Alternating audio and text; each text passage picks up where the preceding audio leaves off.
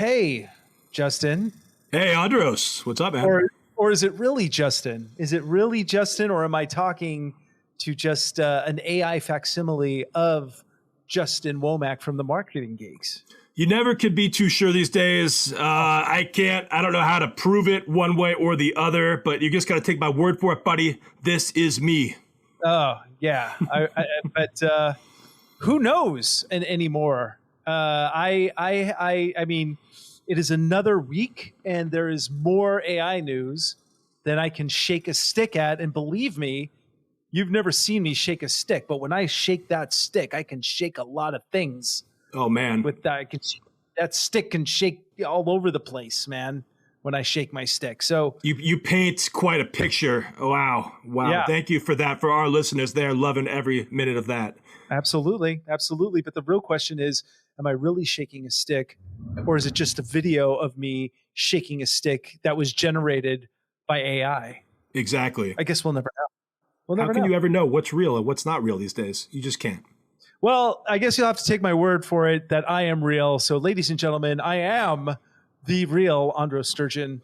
And I am the real Justin Womack. And we are the real Marketing Geeks.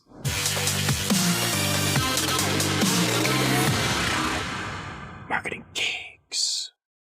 Okay, welcome to our show. Here we are. How's Oregon, man? You're up there in the. Yeah, living it up. I've now been through an ice storm. Went without power for over a week, and am just adapting to the new reality of rain.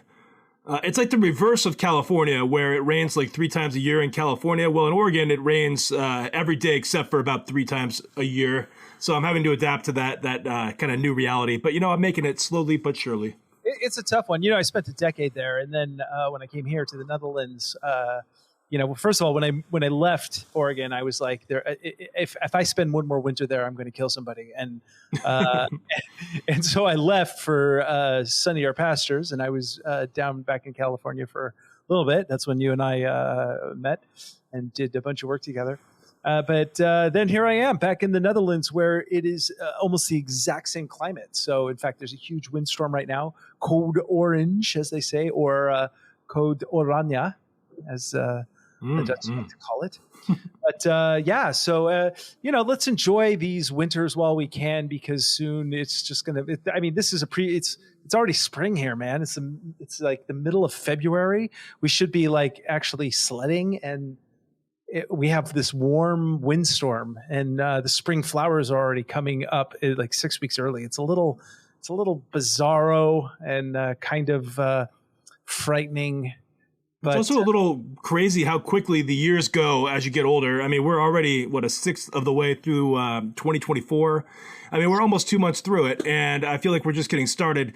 But, that's what happens as you get older. Time flies, time moves faster, and we got to keep up with it, because things and the pace of technology changing is not slowing down, even though time feels like it's speeding up.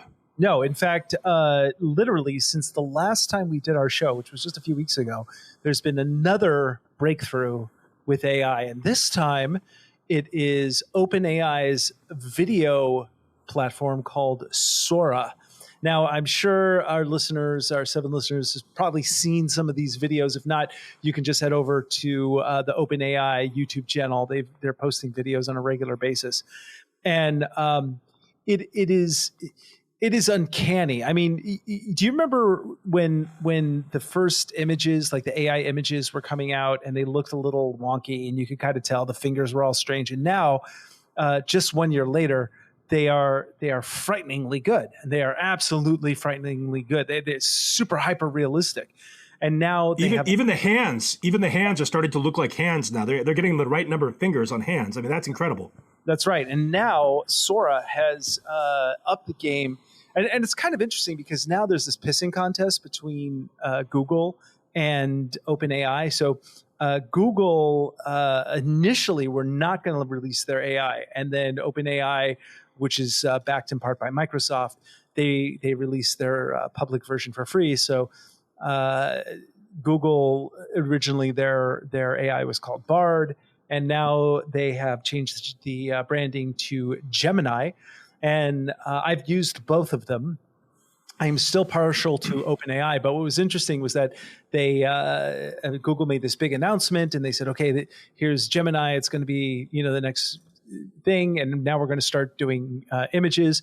They're going to be integrating it into your Google Suite pretty soon. You can pay €20 or $20, which is the same cost as OpenAI, and it'll do things like it'll help you purge your emails and help you with documents, and it's integrated into the Google Suite.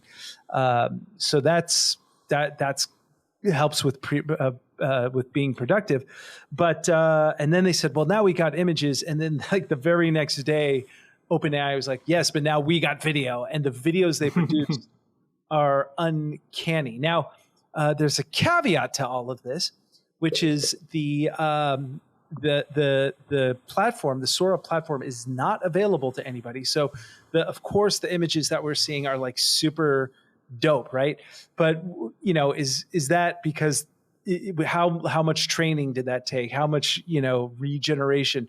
We don't know things like what's going to be the quality of the videos. How long are the videos going to be that we can generate? Is that going to be a premium cost? It's got to take a lot of processing power to do that.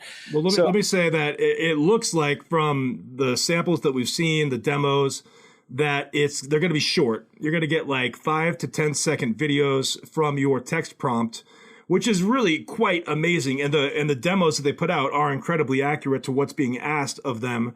But we're not to the point where they're going to have audio, or at least not like speaking audio. They might have music you could put on the back of it, but they won't have like words being spoken, things like that, as far as I know. Yeah. And they won't, and they have limitations. But I mean, if you look at, again, the trajectory, they look at where the digital image creation was a year ago versus where it is now, and it's night and day. You can figure the same thing is going to happen with video.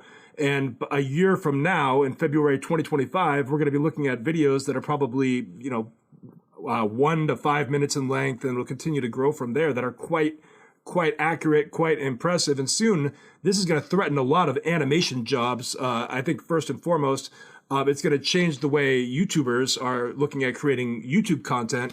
It's going to change a lot. So this is going to be disruptive, big time. In fact, the CEO of DreamWorks Animation just recently stated that within 2 or 3 years, most of the animation will be done by AI. But the question is what does this mean for the average person? And I was thinking about this because it has dominated our lives.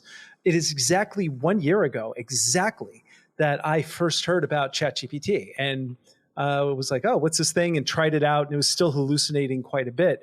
And here we are 1 year later, and it is now such an integral part of my workflow that if it disappeared tomorrow, I would have to tell all my clients, I'm sorry, it's going to take me 5 times longer to do everything, because and some things I wouldn't be able to do anymore. It's and I don't look at it as a way to do the work for me. I look at it as a way to do the heavy lifting for a lot of the things that I was doing. So, for instance, and I've talked about this, if I am to create an SEO-driven article, I first have to I still have to manually find the keywords. It won't do that for me. And I have some platforms. I use a platform called Neuron Writer, which I bought from AppSumo a while ago. It's one of the best purchases I've ever made. And it will look for the top keywords in, if you have a key phrase or a keyword that you want to dominate for, then you put it in there. It'll find the top pages with those keywords, and then it will extract the keywords out, and then you can use AI to write a first draft of an article. And most of the time, they're crap. Anybody who writes the article and then doesn't edit it, it's like so awful. So I have to go in and I have to edit it. But at the end of the day, the first draft is always the hardest thing to write. You're looking at a blank page with a cursor, and that's like the most terrifying thing ever. So at least I as you famously said, version 1 is better than version none, and then I can work on version 2 directly instead of having to slog through version 1. Yeah, And it's so, like you're getting your own virtual assistant is what you're getting out of AI right now. Instead of having to pay somebody to do those menial tasks for you, you're getting somebody to do some of the initial heavy creative work, like you said, like the first draft. That's a huge creative burden. But getting that out, you could then exercise your creativity to branch off from what the ideas that helps to like start, and it makes things a lot easier. The other thing I want to get into at some point here is because there's a lot of disruption, there's a lot of jobs at risk. However, there's still a lot of lawsuits that will be coming because the way that AI works right now is it's borrowing from the styles, the works of millions or billions of creators over the history of time, including authors, including artists, including a lot of copyrighted material, right. and so I don't know how that's going to unfold because that could slow down the speed of how fast we get access to these video generating softwares because of the coming lawsuits, and that they're coming, and they're already in action, but that the consequences of those are coming very soon. Well, one of them just got thrown out. So Sarah Silverman was one of the chief people suing OpenAI for plagiarism, but the case was just thrown out. And there's been other cases where they basically said anything that's AI generated cannot be copywritten. So I think that's one form of protection. But what's interesting is like all these companies, like I think it was the New York Times and some other companies are suing OpenAI, except for Wikipedia. Wikipedia is like, go ahead, take all of it. And that's actually, at the end of the day, it is probably the one that you want it to steal. Yeah, because, it has mostly the most accurate information. But that said, no matter what, you still have to verify every piece of information. I just had this happen actually, where I wrote an article, an SEO article for Black History Month about George Washington Carver, and one of the things that it mentioned, because I was like, give me some. Wait, was this for you or for your son's homework? No, this is actually for a client. All right, just checking. And I'm using AI to write my son's homework. And it, one of the things I asked about was like, what were some of the accomplishments? And it mentioned peanut butter as one of them. And it turned out that he did not have anything to do with peanut butter. So, you just got to catch those little tiny things. Otherwise, it will give it away. But that said, it is also very handy. So here's an interesting. I have two interesting use cases for AI. One of them is recently the company I'm doing a majority of my work with here in Europe. They have cut the budget a little bit, and one of the budgets that they cut was live trade shows, which are super duper expensive. And I'm actually very happy about that. The sales team, not so much, because they like the face-to-face meetings, but these trade shows are like 50 grand, right? And give me a 50 grand budget for a campaign, and I will rock that shit. I will get way more leads. But salespeople, they like the face-to-face interaction. They like to travel too. Come on. Of course, in the hotel. Who doesn't like that? But so they were a little depressed. So what I did was I kind of put together a strategy, and so it turns out that Salesforce, which is what they use for their CRM, is now able to connect directly to Sales Navigator and LinkedIn. So Sales Navigator is a bit expensive, but it's not that much as far as lead generation goes. And so what you can do now is you can search for your prospects by industry, and you can then narrow it down into different different titles of who the decision makers are. And then in Sales Navigator, they have this thing where you can look at each of the people that you're focusing on, and you can see the stuff that they've posted. So then you can start commenting on their stuff and before you even connect to them.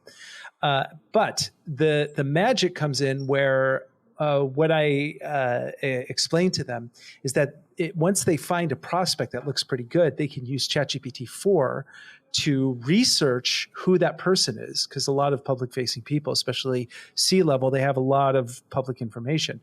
So what I did was I had ChatGPT write a introductory email using some of the information that they found. So it's like, as someone who's interested in these types of topics, I think that you would find this very interesting. So you can personalize it and then translate it to German. So then you take that, copy, paste it, and personalize it a little more. But then in that way, what you're doing is where some of these emails to, like, before you had to like search for the person, look online, find out where they were. Is that the person? No. Is this the person? No. ChatGPT-4 will actually find who that person is, give you a little bio, and then you can use that bio to write an introductory letter. And then, and what's even funny is one last thing. It wrote the introductory letter, and it was way over the top, And I said, well, this is kind of for an American audience, but what I need you to do is I need you to rewrite this for a German audience and then translate it to German. And then instead of all this thing like amazing and fantastic and wonderful, it was just like, hello, sir, good day. It was like so normal, but. So it knows totally matter of fact. Yeah, but it knows the tone of the culture that your audience is in. So, those are the types of things that you can really do to leverage the technology. Well, I mean, it's crazy because if it can locate the posts of each of the people, it can pretty much build like a psychological profile on your targets, or at least soon it will be able to, and you'll be able to like customize your messaging directly to that person's like interests, directly to what moves that person. I mean, we're gonna have like Hannibal Lecter technology at the right there. It's we already have it. It's called Facebook. Oh yes, Hannibal Lecter technology, Facebook. That's right. So, but anyway, it's and then on top of that, there's another layer to this. So there's a platform that we purchased called Lead Forensics, which is pretty good, and they have the ISPs of all the major companies, right? Like almost every company that you can think of. So if somebody visits the website, they can't tell you who visited the website, but they can say, well, someone from this company visited the website. But and that's also connected to Salesforce. So what we have then is if you use LinkedIn, that Sales Navigator, to focus on your leads, throw those over to Salesforce, and then connect this other platform to Salesforce, you can kind of get an idea then if somebody visits the website who that person is. Because of GDPR, there's no way to know, but you can kind of narrow it down, and then you can start a conversation directly with those people a lot easier. And this is all thanks to AI and some of these other tools. So the sales process, if you're not using this technology for your sales process or your lead generation, man, you're going to get behind really quick. That word forensics is going to become more and more important in marketing because like the degradation of cookies or the loss of what we used to have available to us. We used to have more information about the people visiting websites, things like that are now becoming more restricted due to increasing privacy laws, more red tape. So the more that comes up, the more that we're going to rely on AI to fill in the gaps. And that's like the whole forensic angle is that AI is the detective to then, all right, now if I'm only getting a very, very limited set of data now because of the new privacy rules, how can you reverse engineer the little bit that I get to tell me what company this person is from or some information about the person visiting the site? And that's what that's doing. It's just crazy that how we're, even though we get one roadblock in front of us, we're figuring out a way around it already. Yeah, and I'm actually predicting that we are in the final days of SEO in general. I don't think that SEO is going to matter anymore because what I have started to do, and I know I'm not alone in this, is I'm not Google searching stuff anymore. I'm going to ChatGPT-4 because ChatGPT-4 has an update. It's a little more recent, but it also searches the internet real time. So, if my queries are now going directly towards towards ChatGPT 4, especially because let's face it, man, the internet sucks now. You go to any website and it's like there's the cookies, there's the pop-ups, and if you have video, like especially ones that have like the ads and the video pop-ups and all that, it's like to hell with that. I don't want to deal with that. So I'm more and more doing my search queries directly from ChatGPT 4. So what does that mean for SEO? It means that Google eventually is going to plug in their AI tool into the Google search engine. But for them to do that, though, they have to. It's like spitting in the face of thousands and thousands of marketers that have built up these whole businesses on the backbone of SEO. Now, eventually, they're going to have to. They're going to feel the pressure. If people demand, if the consumers demand that they want a better search experience and they want more accurate results that are not manipulated by tricks of the trade, they're going to rely on AI, and eventually Google's going to have to cave to that. But I have a feeling there's going to be a little bit of resistance there because Google makes a lot of money off these marketers. Google makes a lot of money on the advertisers, and they have to kind of bring them into the fold as that happens. So yeah, and so what does that mean for us, like for marketers in general? And I've noticed that. Somebody has mentioned that Quora, for instance, is going to like basically if you want to go to Quora, it was like a good place for information, people asking different questions. But now you can't even go to Quora without logging in. So they really want your data, and that's because of ad blockers. I mean, I'm sure you have ad blockers for YouTube. I don't see any ads ever. And most of the ads that are on websites tend to not show up. I still get the the cookie agreement, but I even have a plugin for that will automatically decline cookies. So as far as like how does one make money at this point if you're running ads, and Google I'm sure is seeing the pinch, so they're going to have to rethink. The whole internet has to be rethought, especially as we get into an election year with some of these deep fakes and the way that it works. It's going to get crazy, man. I can't even at this point. It's anyone's guess what the future is going to bring. It's especially. I'm seeing a lot of like the news sites are now putting up blockers that make you either provide your data or buy a subscription, and they're really changing the way that works because they're just not making the same amount of money that they used to make off of organic traffic because, again, they're not able to monetize it in the way that they used to be able to monetize it. So there's consequences for all the privacy laws. Yeah, it's great to have to have more privacy and everything, but there is a price to be paid, and that's where a lot of these companies feel, like you said, feeling the cash crunch. They're going to be implementing either subscriptions or asking for your data very overtly and asking for more and more from the user. And ultimately, the ones that are going to succeed in Google search in just in being able to be found over time are going to be the ones that have the best user experience and the best content. Right. And so, it doesn't. If you have the best content and best user experience, and you have bad SEO, it won't matter eventually because eventually the algorithm. It won't matter about the algorithms. You won't have to trick anybody. The best sites will come to the top because AI will find them. It will do the work for you.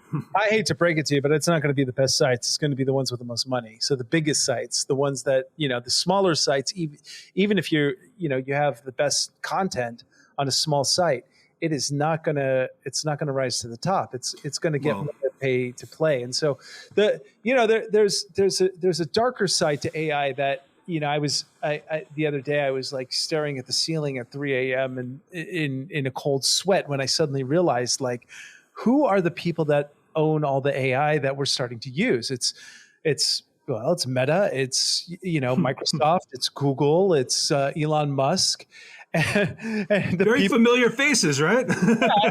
and they're also psychotic. Most of these people who run these companies, and so the fact that these it's one thing to have an algorithm, but it's a whole other thing to have AI manipulating you.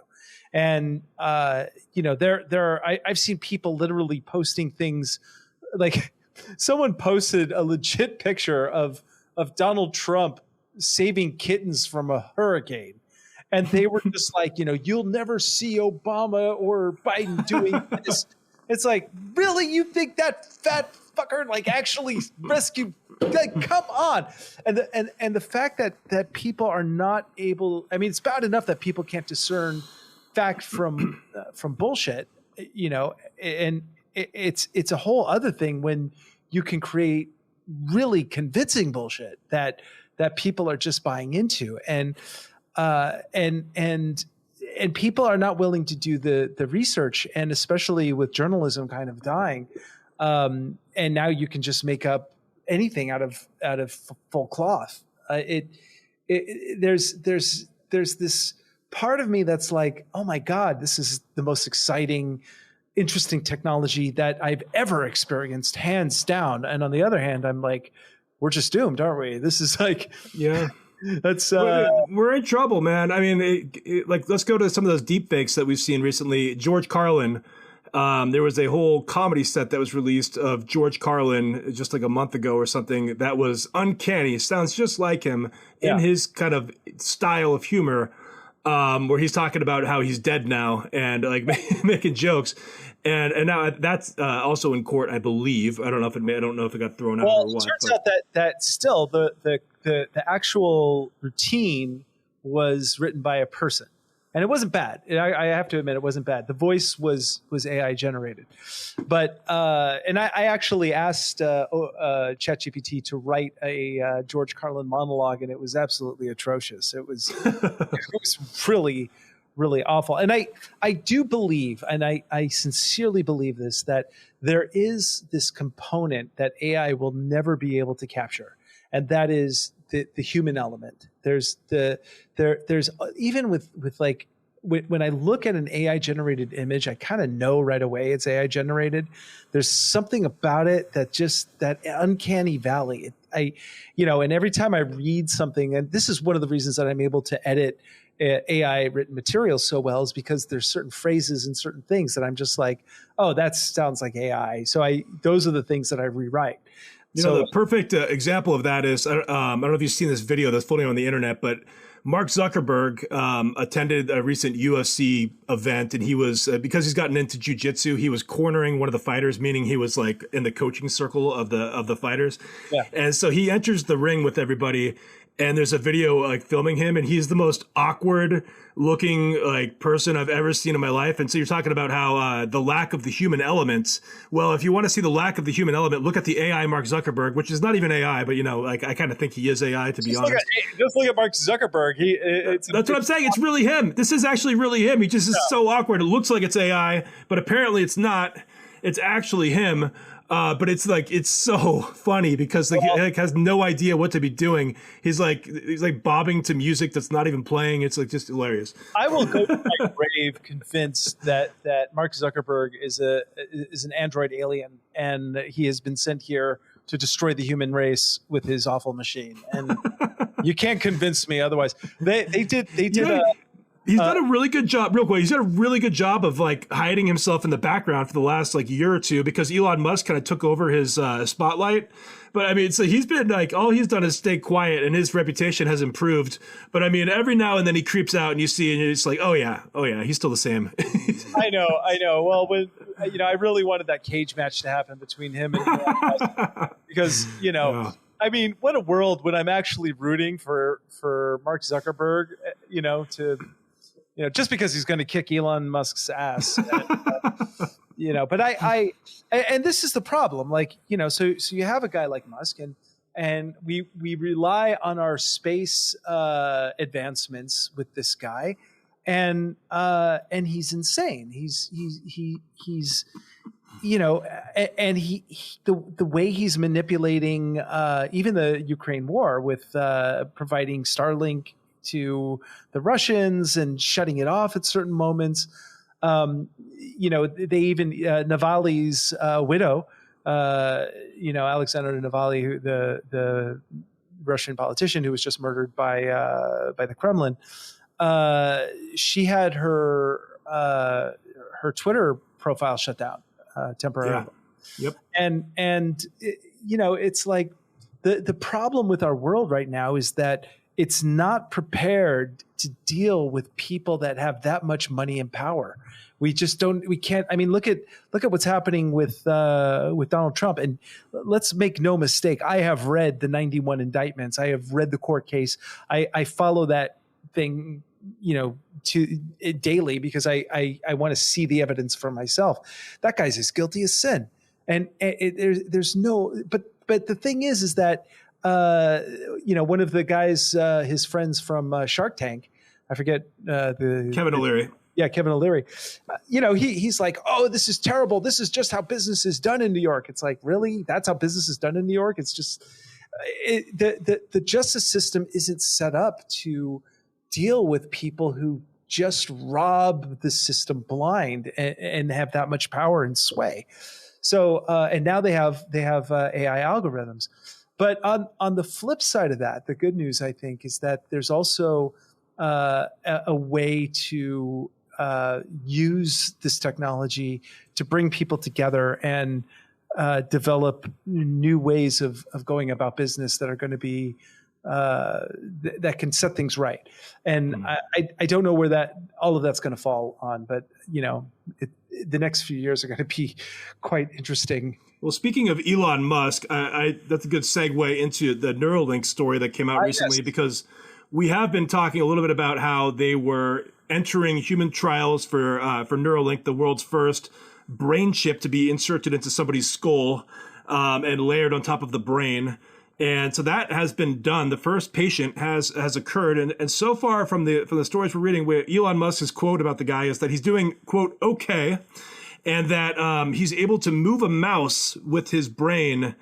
And they're working on mouse clicks now that are not very consistent. Not a real mouse, not a squeak mouse, but a click mouse. Oh yes, computer mouse. Good distinction. Good distinction there. But the funny thing is, like, if you were to hook an electrode to your brain, which is just like you just like put a little wire and kind of use electrode paste and attach it to the top of your head, you could probably accomplish the same thing by using your brain waves to move a mouse cursor. And also there's like now eye tracking technology that could accomplish the same goal at a much more efficient manner.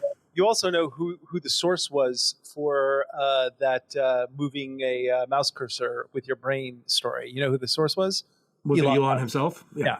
So, it may be true. It may be he was just on a Coke binge and, he thought he moved. The guy is dead. The first transplant guy. Sorry, yeah. Until I see it, and I've said this before. I will go to my grave. I will never, ever, ever let Elon Musk mess with my brain. That would be like insanity. But on that same note, the Apple just released their augmented reality goggles. Yeah, the Vision Pro. Yeah, they look stupid. I would, unless I'm skiing, I will never wear those things. And there's been videos posted online of people wearing them, like crossing the street, people wearing them at the gym. There's one video of a guy driving the Tesla Cybertruck, and he's in self-driving mode, but he's in his car, like playing with his Vision Pro headset, which is totally illegal because you're not allowed to not be watching the road and not actually be holding the wheel while you're in self-driving mode. But he's doing it, and it's already kind of out of control. I've heard very mixed things about the headset. The weight has been a problem for some people, how heavy they are. And like the best feature I've heard has been like the watching a movie on there. But are you going to pay $3,500 for that experience of watching a movie? Maybe. I mean, people pay for a TV, but I haven't heard like a lot of like really efficient use cases that make it like really worth the money from not yet anyway. The one thing that could make it money, it turns out, you cannot do, and that is, of course, watch porn. That's right. It was banned. I forgot. Yeah. And so, like, what am I going to do with this thing? I mean, the best feature of the entire thing is now taken away from me. I mean, I want, I'm waiting for the day that I can, have sex with a virtual Jennifer Lawrence, and if I can. Now you got to wait longer. You got to wait longer now. Yeah, forget that, man. I want it now. I want my jetpack. I want to be on a jetpack flying over the city watching virtual porn with Scarlett Johansson. Well, you got her voice. You got that part. It's just this. The rest of it, they've got all this red tape on it. You just got to get somebody's got to jailbreak the thing. It'll happen eventually, and then you're going to have to go through a whole black market, dark web thing to get access to it. But I'm sure it'll be available at some point. Well, speaking of virtual sex, this brings us, of course, to the very awesome segment of our show, which is, of course, ladies and gentlemen, it's time for the Sex Robot Report. Here we go. Boom, boom. Yeah, play that music. Oh, yeah. Okay, here we go now. All right, this is from The Hill. The story is, sex robots go to court, testing the limits of privacy and sexual freedom. It's not what you think. The sex robots are not going to court to lobby for their freedom. But according to The Hill, the story by Jonathan Turley, consider this. A brothel opens offering, quote, sexual services, including experiences with girls under 15 years old. Typically, the police response to such a brothel would make the Normandy landing look like a small skirmish. But this brothel, Chud AI, is a virtual brothel reportedly staffed by artificial intelligent bots. The controversy is part of a broader debate over sex bots and even sex bot brothels. Not long ago, the first sex robot brothel in Lovedale, UK was shut down. Oh, shut down. Then we did a story on this. I personally, as a tangent, would not really want to use someone else's sex robot. It's kind of like... there's something kind of weird about that. You want to make sure that health and safety have come in to inspect it? Is that what you're saying? It's kind of like the same. I don't want people messing with my algorithm, if you know what I'm talking about. Oh, yeah. Okay. It's don't screw with my algorithm. Even individuals such as Stephen Crawford have purchased a doll and then pimped it out to customers. That's a weird fetish. With the rise in such sales, the number of legal and legislative actions has risen as well. Over 50 years ago, what became known as the sexual revolution began in the United States with a debate over the scope of privacy and sexual freedom. We are now facing a second such debate. But the liberal voices that once called for sexual freedom are now advocating for bans and criminal penalties to deny the right to choose a different type of companion, sex dolls, and bots. Houston City Council unanimously blocked a proposed sex robot brothel from opening in the city, which would have been the nation's first pay-to-play robot brothel.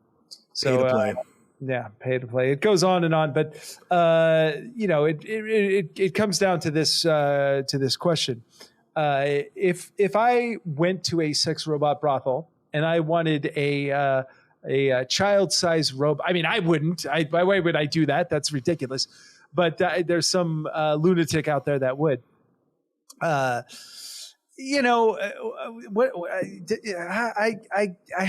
know, man. I mean, this stuff is just beyond my pay grade. I can't. The question is, does that behavior beget more of that behavior in real life, or does it suppress it by letting them exercise their urge in a non-damaging way? So I don't know the answer to that. Potentially it's potentially a better solution than the alternative. Yeah. But it might also trigger impulses of more of that in the real world. So I really don't know how that would go. I have no problem with it if it's a legal age doll that looks like it's over 18 years old. But when you get into the other one, I'm not so sure how I feel about it. I'd actually be curious to see if there's any research on that. What if like somebody wanted to get a doll that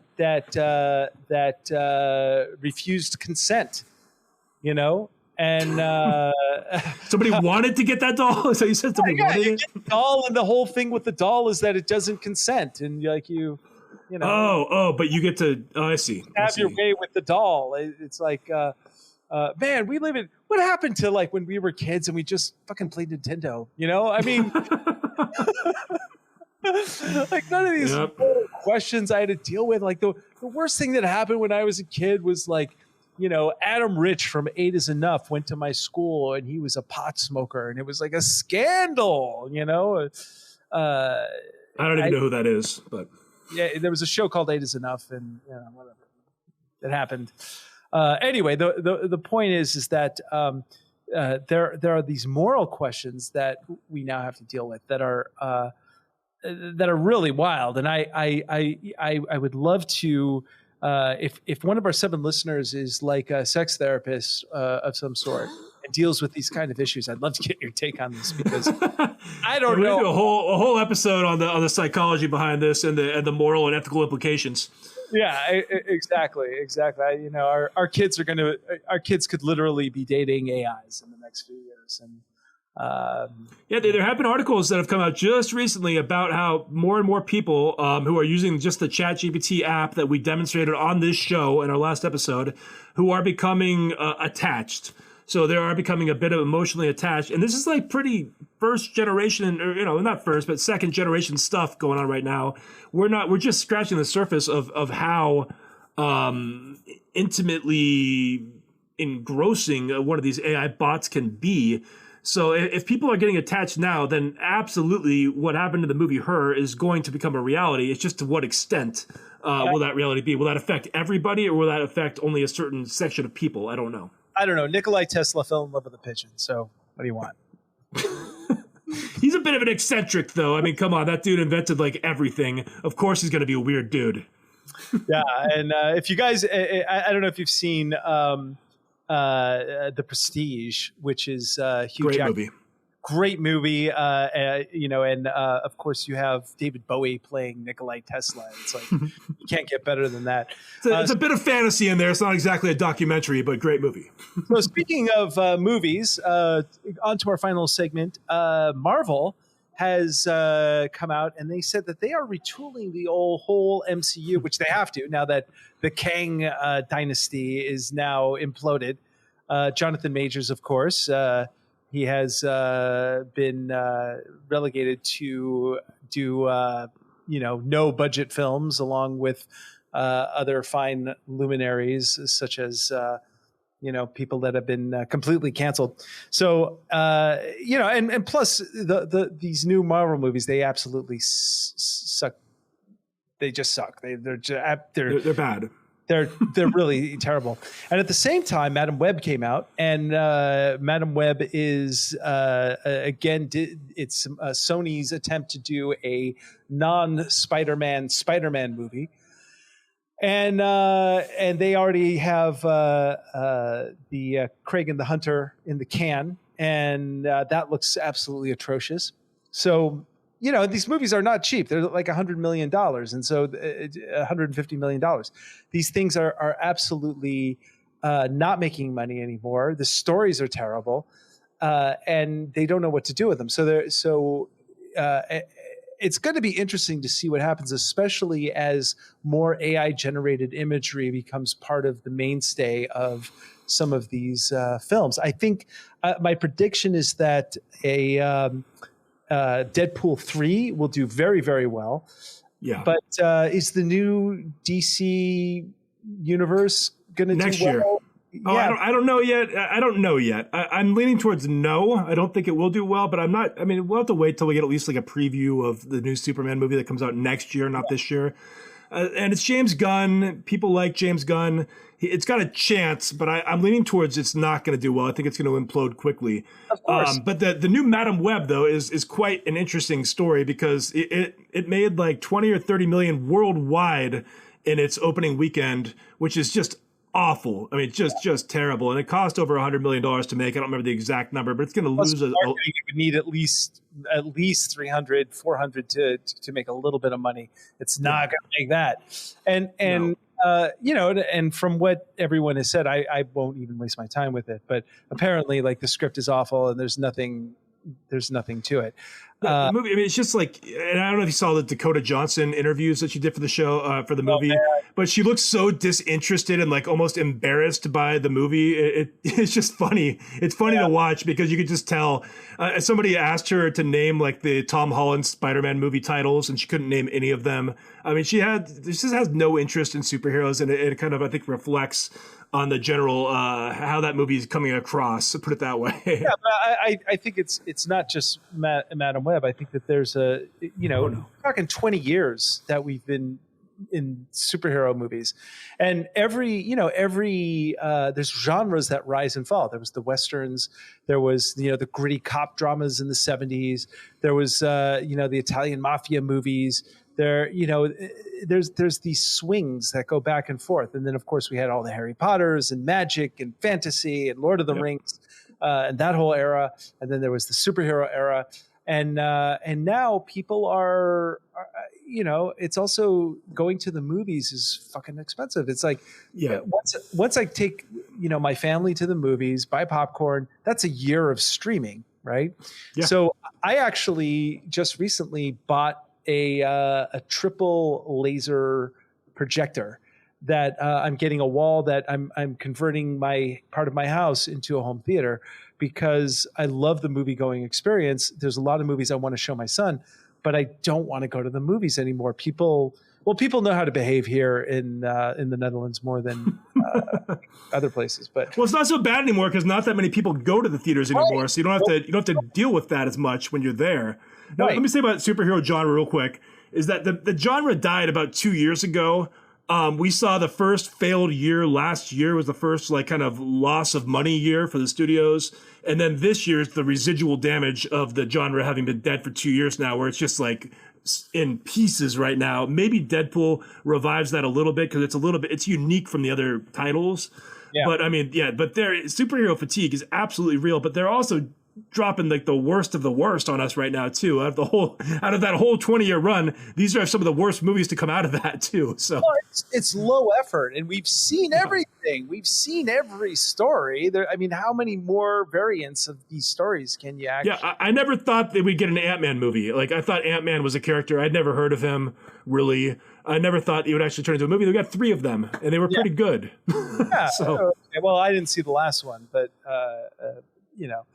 first two were, I was a huge Marvel fan for most of their run, but I think a lot of goodwill has gone, especially with these shows on Disney, and you have to watch the shows to know what's happening in some of these movies, and who's got time for that? It was fine during COVID. We had nothing else to do. You bake bread, you try and write your novel, and you watch a bunch of movies, and now we all have to go back to work, and that's. I made it through up to Loki season 1. I think I'd consumed all the content to that point, and then I just fell off. So there's 3 or 4 shows I haven't watched at all, and and I can't. So I can no longer have the will to try to catch back up. Exactly. So they've done a lot of damage because I was we are super fans practically, and if they lost us, that's a big problem. Exactly. Same with Star Wars, man. I had a picture of Luke Skywalker in my wallet growing up. I was like Mr. Star Wars. I had the Star Wars sheets and the Star Wars curtains and the Star Wars action figures, the whole bit. And man, they certainly lost me on that stuff, especially with the last 3 movies. I've stepped in things more fragrant than those those films. They're now they're bringing Rey back. I'm out, man. Although, and I recommend highly Andor still. You got to see Andor. I still haven't seen it. I do want to see that one. That one I want to watch. I still haven't seen The Mandalorian, and I might watch that eventually. Who knows? It's all right. It's it's like one of those things. It's kind of like Coldplay. If there's Coldplay is what you listen to when there's nothing else on the radio at that moment. Yeah, kind of the same thing. Look at the stars. Yeah. Anyway, next week, I'm sure there'll be another breakthrough with AI, and we will tell you all about it. Go see Common Ground. I'm working on that film right now for Josh Tickell, who was a guest on our show sometime back. Great movie about regenerative agriculture. I am producing a podcast, the Common Ground podcast, and that should be coming out in the next few weeks. So, are you going to be on that show? You get to interview any super celebs on there? No, what I've done is they did a whole bunch of interviews for that movie, but each interview, they only have the person in for 3 or 4 minutes or 5 minutes. Yep. But some of these interviews are great, and they're 2 hours long. So I'm cutting those interviews down to 40 minutes. That's really smart. Really smart. I love that. Yeah. Well, the movie you're talking about in the movie, they cut it down to 3 or 4 minute clips to put in the movie that you're saying. But exactly. You have 2 hours of material. Yeah. Right. So the extended interviews, and then I'm also building some other stuff for them that can kind of plug into that. So, it's that's the thing with marketing nowadays, man. You gotta be smart. These old, if you're relying on the same old stuff. Before we go, this is a really funny story. So I at the company iRise that I do a lot of work for here in Europe, I got one of those calls. Like, they set up an appointment through the automated system, and I could tell right away, like, these guys want to sell me something. So I took the meeting anyway, and it was these two guys from Hungary, and they were selling lead generation. And I was like, all right, guys, how you doing your lead generation? And they said, well, what we do is, we identify people. And I'm like, and how are you doing this exactly? Well, we do some research. I'm like, okay, so are you using LinkedIn at all? Well, we use a little LinkedIn. Are you using Sales Navigator? Well, not really. I'm like, okay, guys, let me tell you something. First of all, you got to set up an automator. So I gave them this whole rundown on setting up an automator through Walaxy, which is a great app, using that for lead generation and some of the stuff that I already explained here.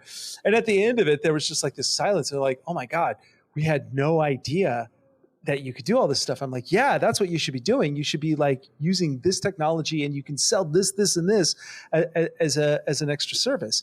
And I wish them luck and sent them on their way. So I basically gave them a training exercise. Interesting. Yeah, and this is the thing that as marketers, you gotta, if you're a solopreneur, if you're doing all of this stuff, the current way that most people are doing things is not working. It's not working. So what you got to really think outside the box, and you got to think about value. And it really comes down to one thing. What are the things that you are interested in the same way that you and I lost interest in Star Wars and superhero movies about the same time for the exact same reason is pretty much why everyone did. So you have to think about why are you not reading that email?